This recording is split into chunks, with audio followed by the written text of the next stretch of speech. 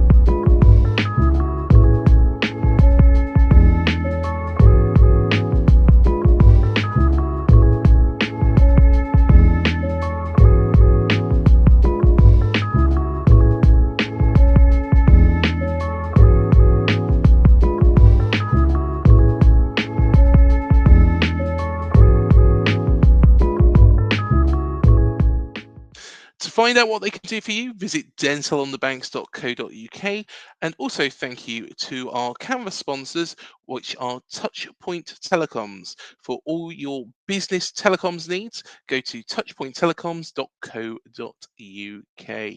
So, of course, Liverpool did beat us 2-0 yesterday with 2 Mo Salah goals. One of them was an absolute peach, top corner, brilliant goal.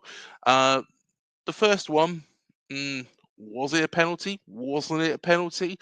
The argument is still out there. Now, like I say, I've got a Liverpool fan on to discuss this with me and a very, very special guest. And it is a pleasure to welcome back onto Up the Cherries in all departments to discuss the game against Liverpool, which unfortunately we did lose.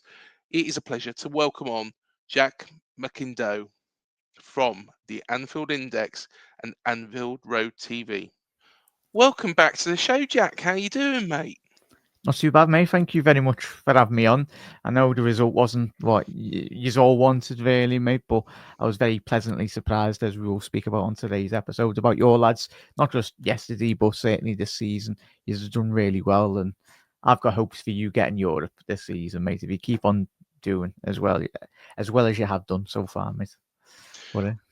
I did make a video, to be honest, Jack, and this was before the game, and I said, we will beat Liverpool. And I honestly did think that we had such a good, decent chance.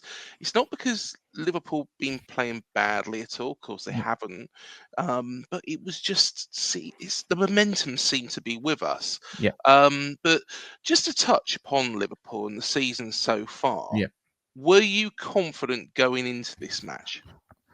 Well, I've spoken to you over the last couple of years, mate, haven't we? It's been a great 8-9 years it was with Jurgen, mate. But I think obviously the squad, I think even the neutrals, your lads and ladies watching this Liverpool side over recent years, it's a title winning side.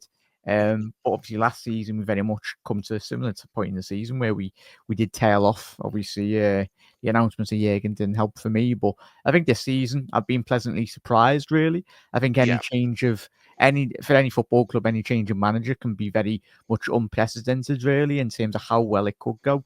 But I think that the start he's had, it's been really good, above my expectations. Really, if I would have been very happy with a top 4 finish this season, especially with the new change of manager. But when you're at the top of the league and the players fundamentally, mate, for me, is the most impressive, along with the manager. But the attitude that the players have very much put in, it's been top, really, from them, for my honest opinion.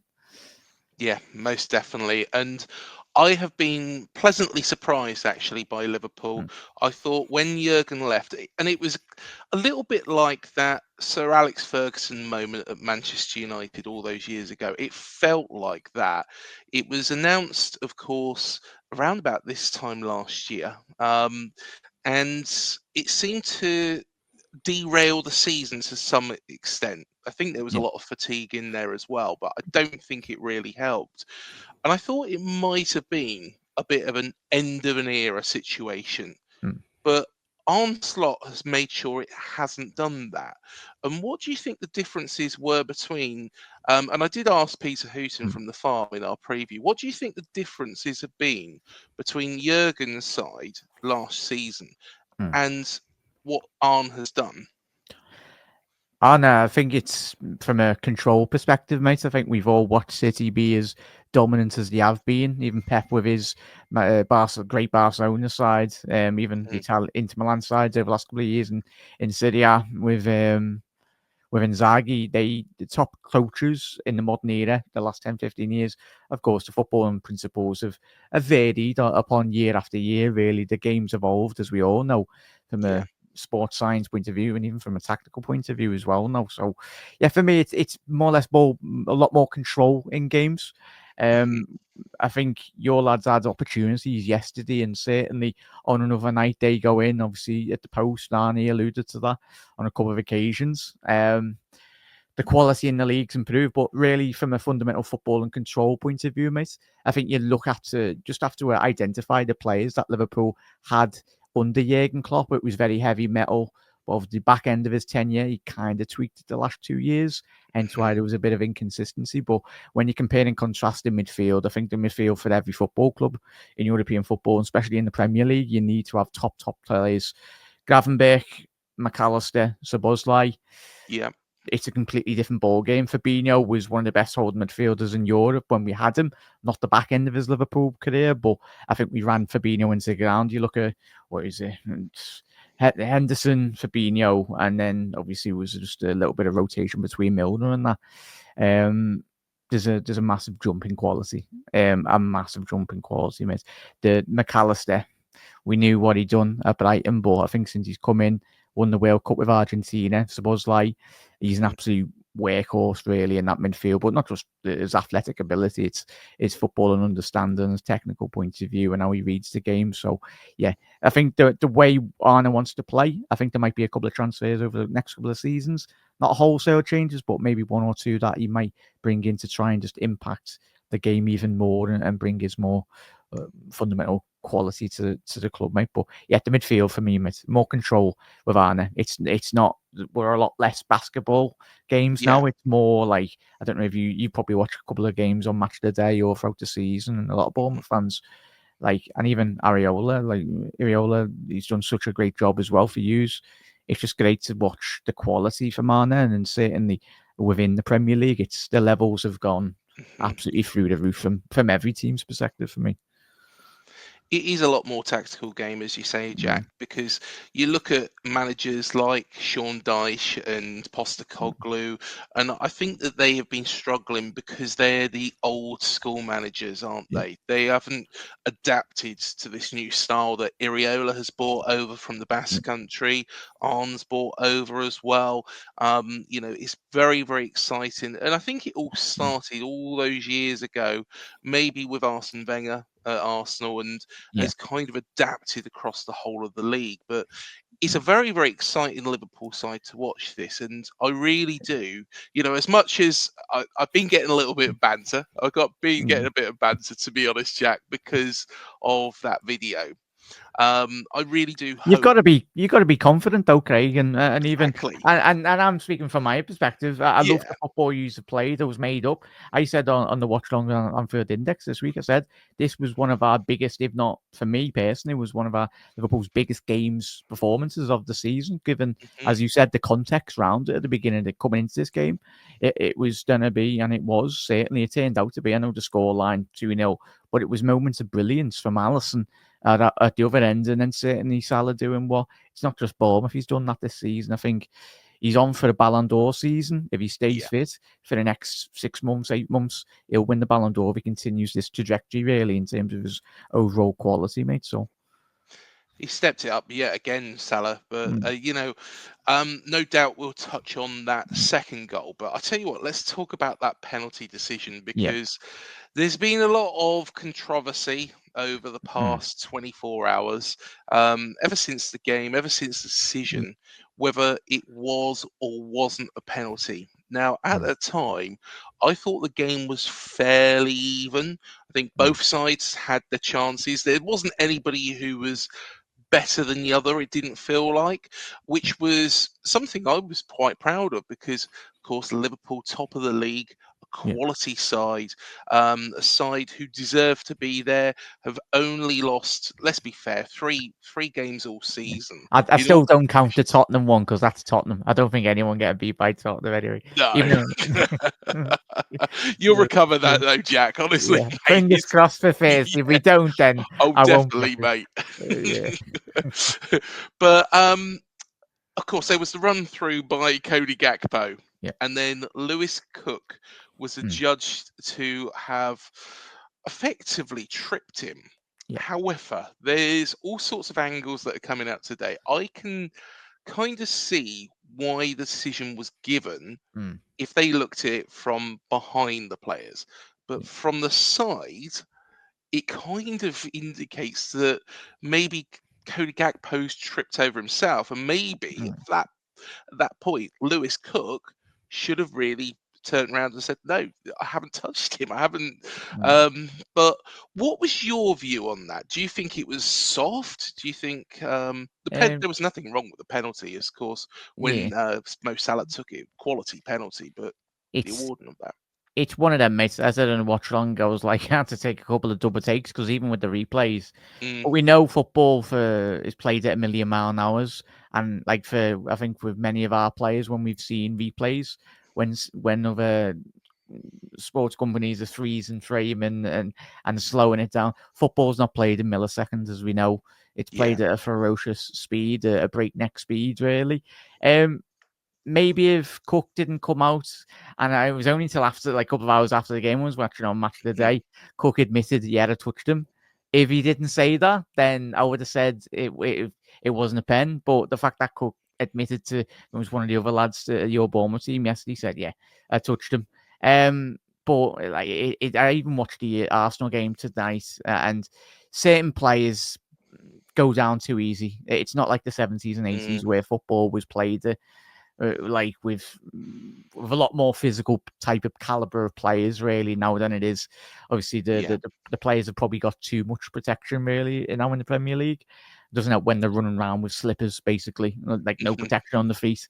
But for me, it was a very marginal penalty. I do think it was a penalty, but very Mhm, the main thing for me and probably for a lot of every single Bournemouth fan, mates, is consistency. I think for yes. every football club, because if that, I think there was a game already, it was a couple of weeks ago, there was a certain game, might be, I forgot what team it was, but it was a very similar innocuous challenge. Mhm, Consistency. Me, you, Bournemouth fans, Liverpool fans, we all want consistency, but it does our heads in as a fan, as a global football and fan base in the Premier League when you've got certain referees applying one rule yeah. or abbreviation of the rule to then the following week, the same ref might have a similar challenge, but he's done something completely different. I get, obviously, the Mhm, referees, of course, they're human and that, but when you've got millions of pounds and Champions League qualifications, relegation, these football clubs are, and especially with VAR, the VAR for me needs to be implemented properly. That is yeah. there to help the referees, but it doesn't help when it's not getting used properly. VAR give them the proper angles, give them straight away. Human error will always happen in every job, but it's how you learn from those mistakes as a PGMOL, and how everyone can very much learn and improve and make the Premier League as a league much better for that. VAR is a bit of a double-edged sword for me Mm. because although we have benefited from decisions, Mm. I would have actually felt happier considering if VAR wasn't in play yesterday. Yeah. If the penalty was given, Darren England pointed to the spot, Mm. gave Liverpool the penalty, and we didn't have these captures and what we see on TV and wasn't it? And that's the frustration of VAR. Like you say, Jack, it is the consistency, but it was a very, very well taken penalty when Mm. Mo Salah stepped up to the spot. Yeah, well, Mo. There's been some seasons when he might have missed, and even Mo's been on record this season saying he doesn't really like taking pens, but it's Mo. And thankfully, we've got Szoboszlai, we've got other players. Yeah. McAllister scored in the World Cup final, mate. But yeah, it was controversial, mate. The penalty, and I can understand where Bournemouth fans are coming from, but I do feel, even taking my Liverpool hat off or whatnot, I do think it was the right decision. But the main thing is for Bournemouth and your lads, especially with you chasing European football this season, you're hoping going into every game that the correct decisions for everyone's clubs are done correctly, and at the end of the day. Yeah, definitely. Of course, we did score an equaliser, but that equaliser was ruled off for offside. Now, it was Kirkes who was adjudged to have been offside when he received the ball back, got the ball over to Brooks. Brooks, of course, fired it in. What was your view of that one? Did you feel that, it didn't, it shouldn't have counted? Do you feel that, the referee made the right decision on that? Yeah, I think he's made the right decision, mate. It's the thing, like, is it the Everton ground? Like, camera angles, we know the framing of certain the modern day cameras. It doesn't even correlate to very much the dimensions of when you are in the ground. It's weird, but I'd love a little track or a camera to go along the side of every pitch in the Premier League. The technology in these days with cameras, just like a quick, like they having like the hound racing or something like the round, just have like a camera and just have it like sensors in the balls or like the kits or something, because the technology is there. And then look at the Champions League football. The Champions League is instantly. Why that technology that's in European competition is not in the Premier League? We know this season it was meant to have been in, but there's no really margin of error there. Like, we're still, and it goes back to the technology this season. The Premier League, it is the best league in the world. It's got the best players, best managers. It should have the offside like technology already implemented. I know we are getting that next season, but when you've got teams and everyone's teams this season, it's like, come on, lads, is what he's doing. But I think it was the correct decision, mate. But football, as we know, fine margins in every game, mate. But yeah. It was a good finish, certainly, mate, from your lot. Yeah. Oh, the finish was sublime. And it's a shame it didn't count, but at the same time, this is a reason why, whereas everybody's moaned about VAR and maybe the Liverpool penalty, we wish that VAR wasn't there. We would have accepted it a little bit more if Darren England pointed to the spot, gave Liverpool the penalty. This is why VAR is in place. We had one ruled off against Forest as well. Again, I personally agreed with this decision after watching it begrudgingly. I've got to be honest, Jack, begrudgingly, as you would do. But it was the right decision, but a great strike. How impressed was you with Bournemouth? Because, of course, we hit the post twice, once through Semenyo, and also Marcus Tavernier, when he come on, it was like a thunderbolt shot that fired straight onto the far right, left-hand post, and then cannoned back at the same trajectory. It would have been an outstanding goal if it had gone in the back of net. But what was your view of Bournemouth during the game? Yeah, I've watched Bournemouth a couple of games this season, mate. I don't just watch Liverpool games. I love just football, like all of us. And certainly a joy to watch, mate, this season. And hopefully, as do continue, come what the end of May. But yeah, especially the loss of Solanke coming into this season.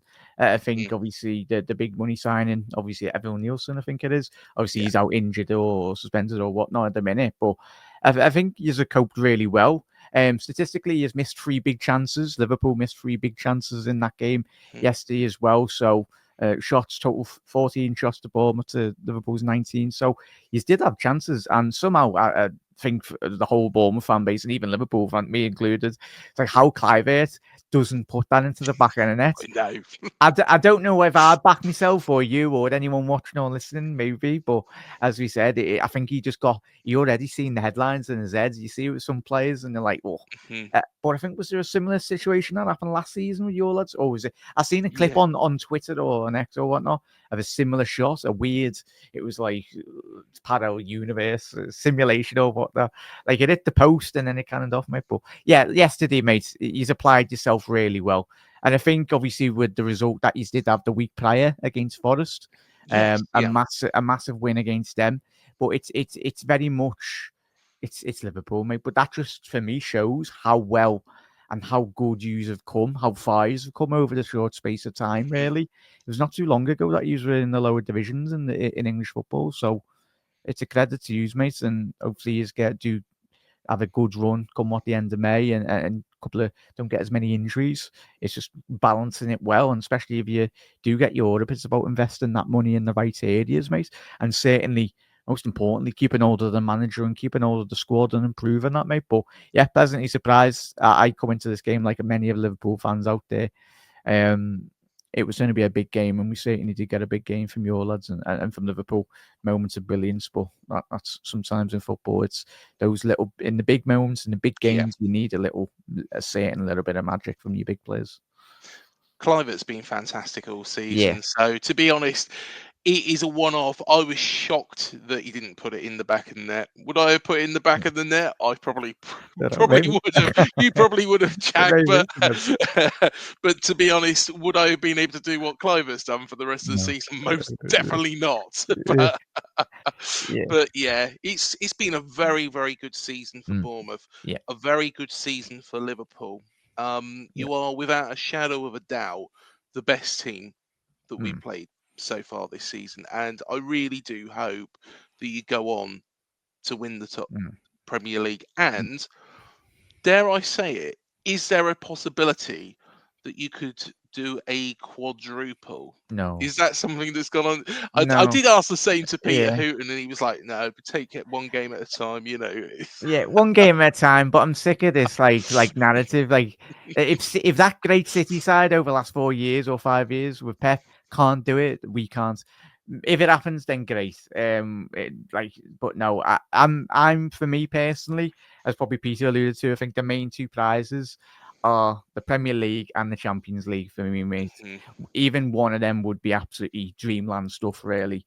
For a club the size of Liverpool, especially how well we've been doing over the last 8-9 years. But the fact that we're in the conversation, mate, I think for me as a fan and majority of Liverpool fans, just being in the contention and just being here and being on the journey week upon week. As we know, every Liverpool fan knows, of course, leagues aren't won in February. Sorry, Arsenal or Spurs fans, after the first 3 weeks.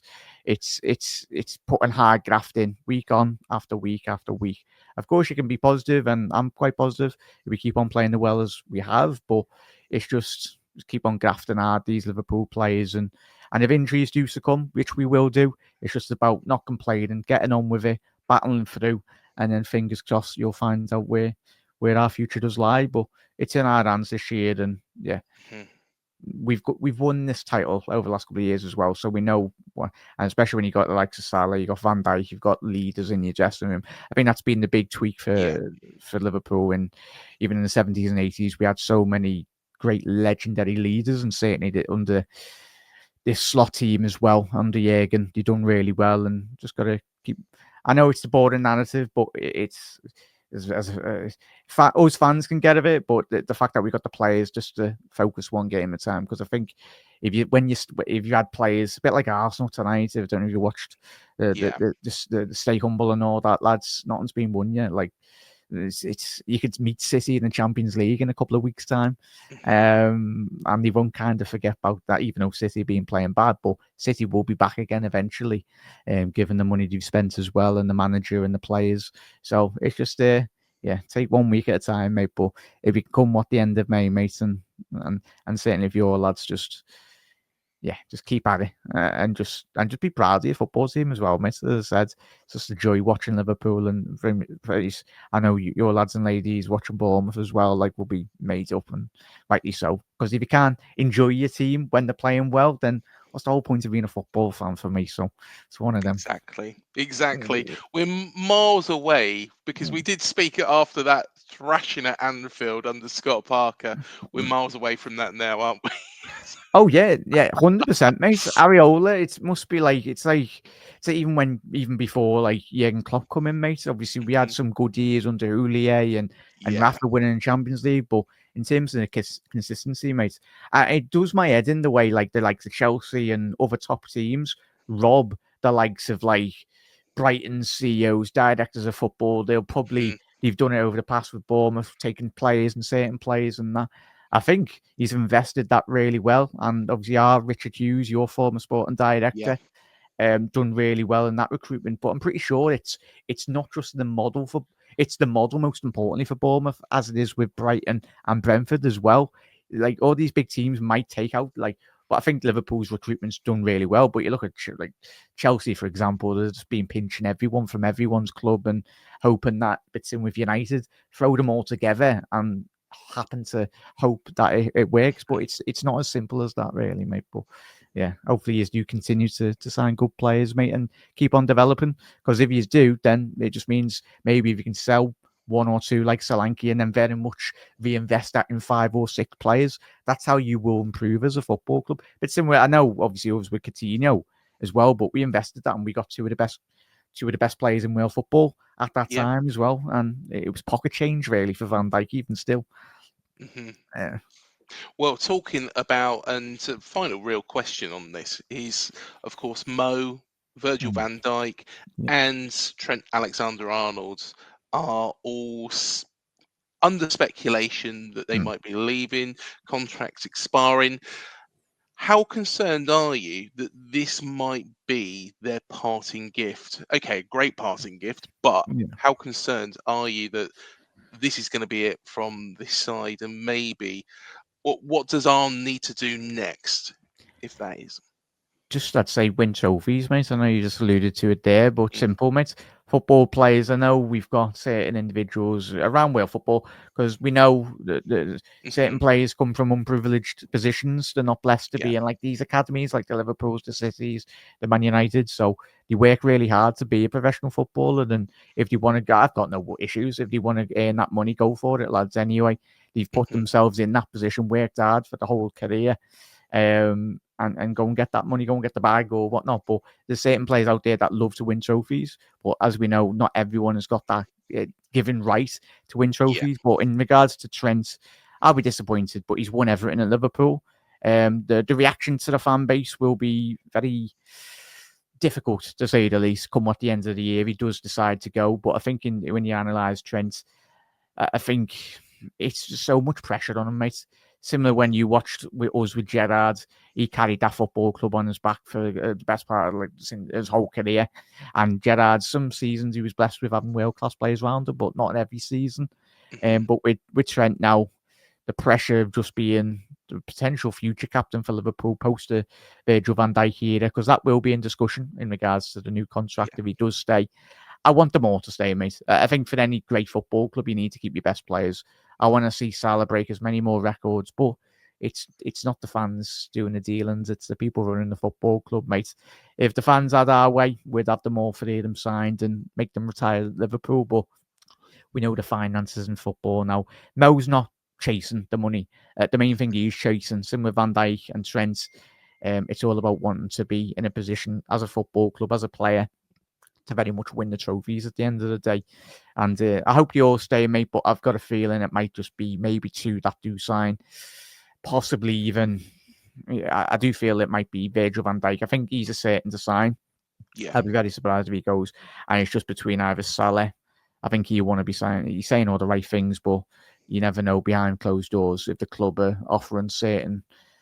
But I think it's the main thing for me is the difficult one is Trent. He's gone through so much with Liverpool and he's tried so hard, and obviously his relationship with Jurgen Klopp. It gets spoken about, but I think that what that man meant for him and certainly every Liverpool fan, he brought him through to this Liverpool team. It broke him really, and that's how Barnes slot. He's one of them players, Trent, that just needs a little arm around the shoulder and told that he can do really well. But it's I'd say I'd like them all to sign, mate, but I do think it might be just two out of the three might sign, which will be disappointed but it is what it is. No, fair enough.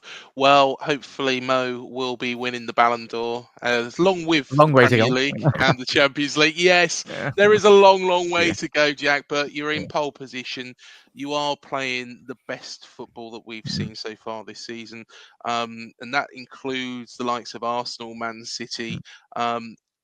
Any team hasn't got close to what Liverpool did yesterday, and even though, we can be a bit disappointed, a bit gutted, we could moan about decisions, we will do, in the stadium, but then maybe when we watch it on TV, we might feel a bit more rationally, which is what I felt really.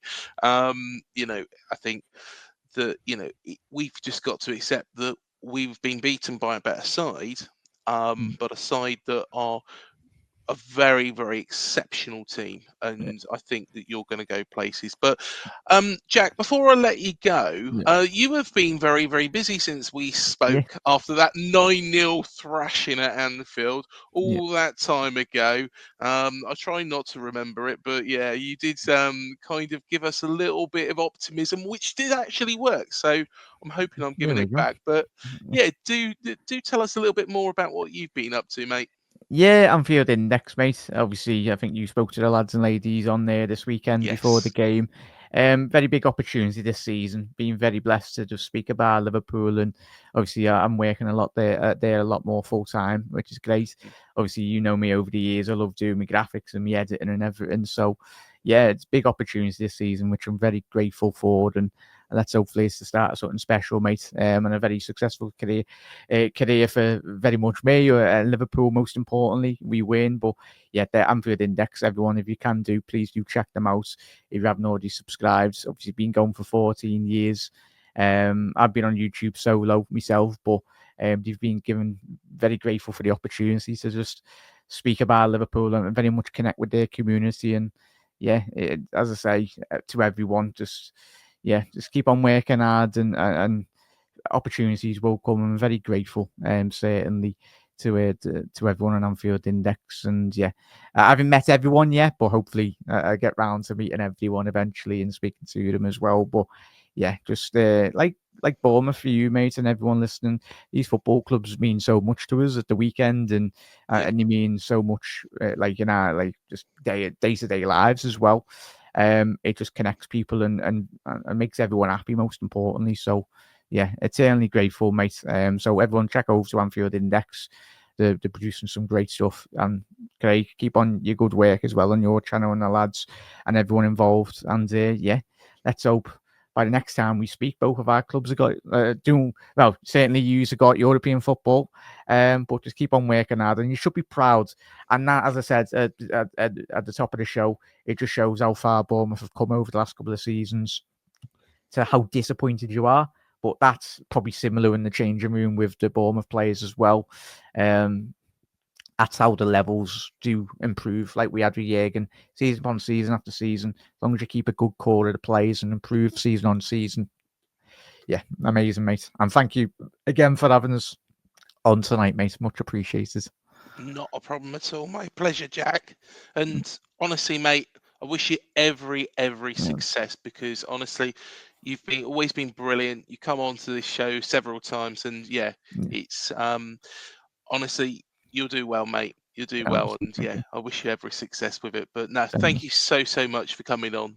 We'll catch up soon anyway, no doubt. Everyone, enjoy this season with Bournemouth. Good luck, and see you later. Thanks so much, mate. And thank you, everybody, for joining us.